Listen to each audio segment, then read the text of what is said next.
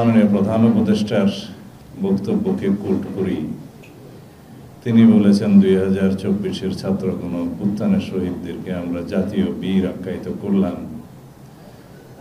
আমি তার সাথে যুক্ত করতে চাই দীর্ঘ 16 বছরের ফ্যাসিবাদ বিরোধী আন্দোলন সংগ্রামে যারা জীবন দান করেছেন, রক্ত দিয়েছেন, শহীদ হয়েছেন গণতন্ত্রের মুক্তির জন্য, মানুষের অধিকার আদায়ের জন্য, তারাও জাতীয় বীর।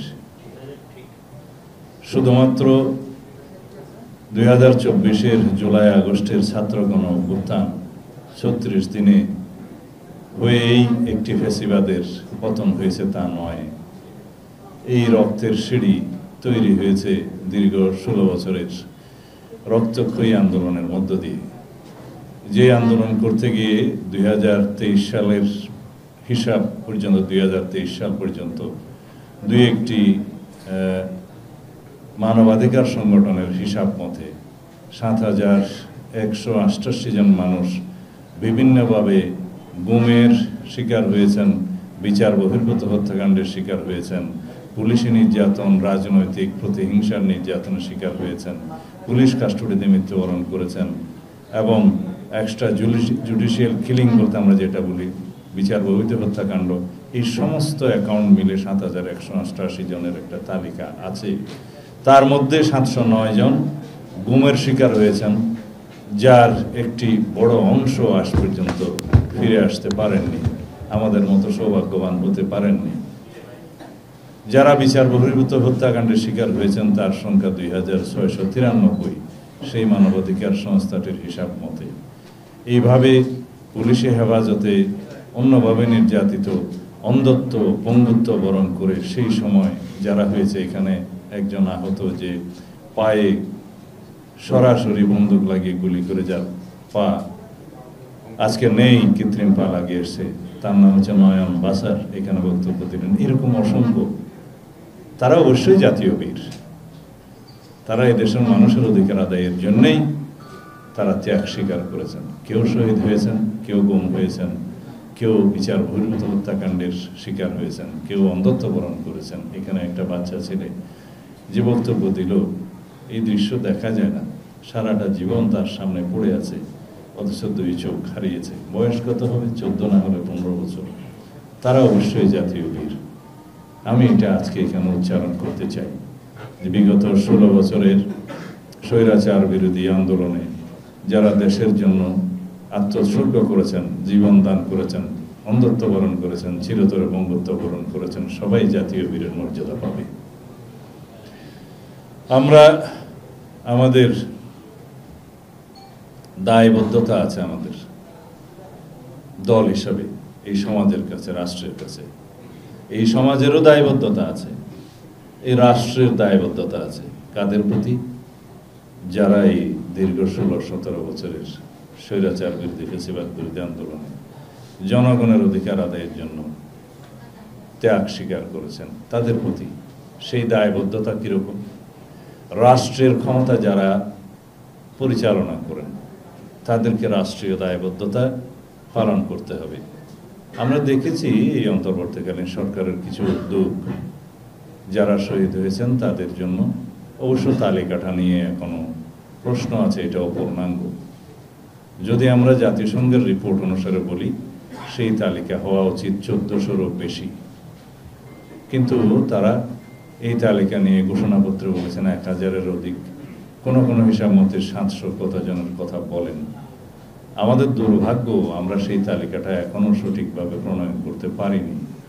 কারণ রাষ্ট্রের যারা দায়িত্বে আছেন, সরকার পরিচালনা করছেন, তাদের আরও একটু এই ব্যাপারে সচেতন হওয়া উচিত ছিল।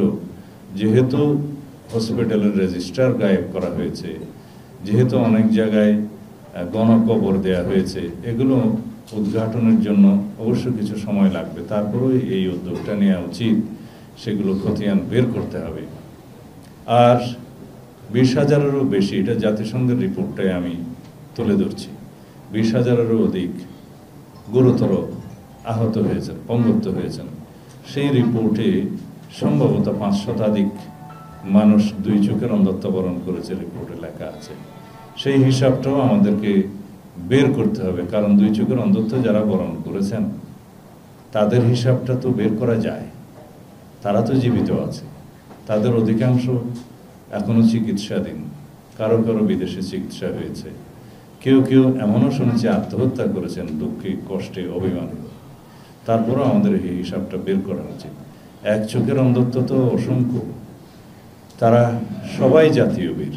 আমরা তাদের জন্য রাষ্ট্রীয়ভাবে, সামাজিকভাবে, দলীয়ভাবে অবশ্যই আমাদের করণীয় আমরা পালন করব ইনশাআল্লাহ। এখন আসি আজকের এই অনুষ্ঠানের কেন এই আনুষ্ঠানিকতা, সেই কথায়।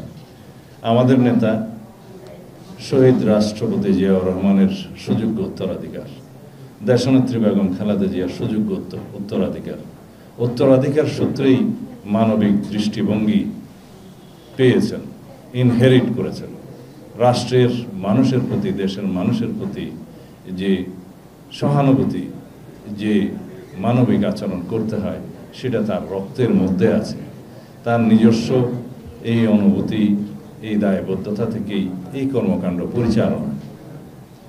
এবং আমাদের মতে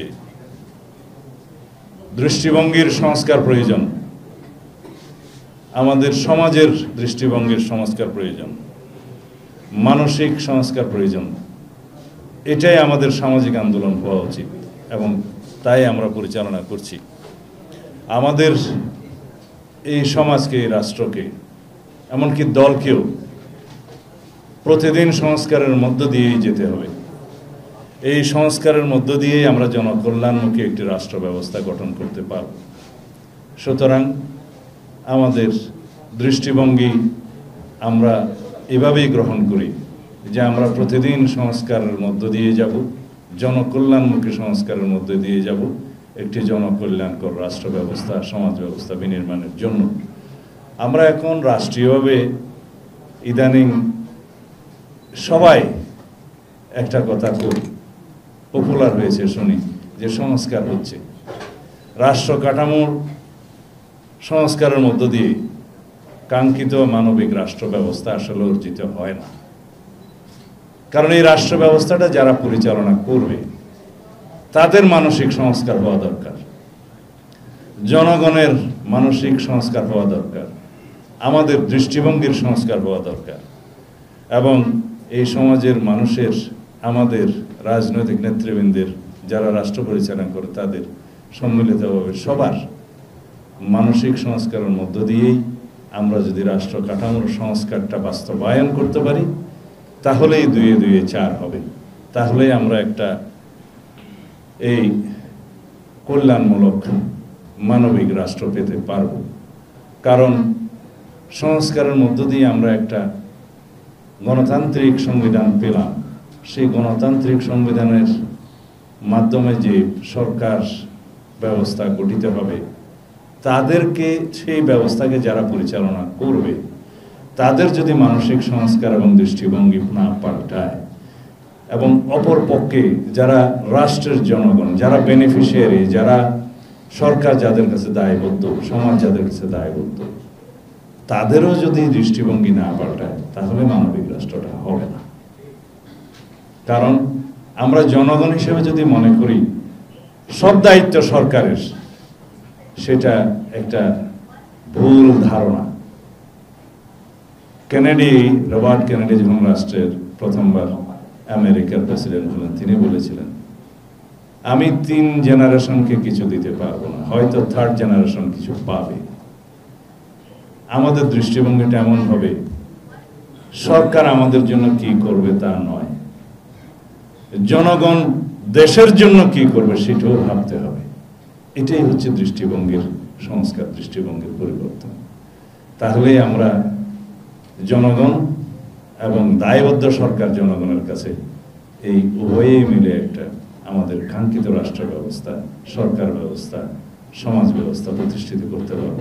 যে স্বপ্ন ছিল স্বাধীনতার শহীদদের, মুক্তিযোদ্ধাদের, যে স্বপ্ন ছিল আমাদের ছাত্র গণ অভ্যুত্থান 2024-এর শহীদদের, যারা রক্তদান করেছেন, যারা অন্ধত্ব বরণ করেছেন, যারা পঙ্গুত্ব বরণ করেছেন, তাদের আমরা যাতে সেই সমাজ বিনির্মাণ করতে পারি যারা আজকে অন্ধত্ব বরণ করেছে, তাদের সন্তানরা যেন তাদের কাঙ্ক্ষিত সমাজ ব্যবস্থা, রাষ্ট্র ব্যবস্থা দেখে যেতে পারে।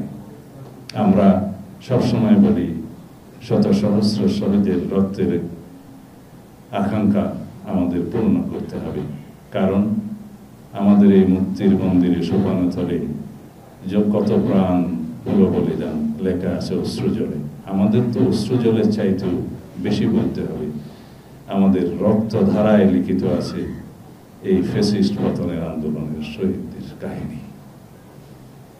কত নির্মম, কত নিষ্ঠুর আচরণ এদেশের মানুষ একটি ফ্যাসিস্ট সরকারের কাছে পেয়েছে, সেই বেদনার ইতিহাস, সেই বেদনার ধারা বিবরণী, সেই বিবরণীর উপন্যাস ভবিষ্যতে কত লিখিত হবে, অজস্র লিখিত হবে অনাগত কাল পর্যন্ত। আমরা তখন বুঝতে পারব কত নিষ্ঠুর আচরণের শিকার হয়েছিল এই ভূখণ্ডের মানুষ।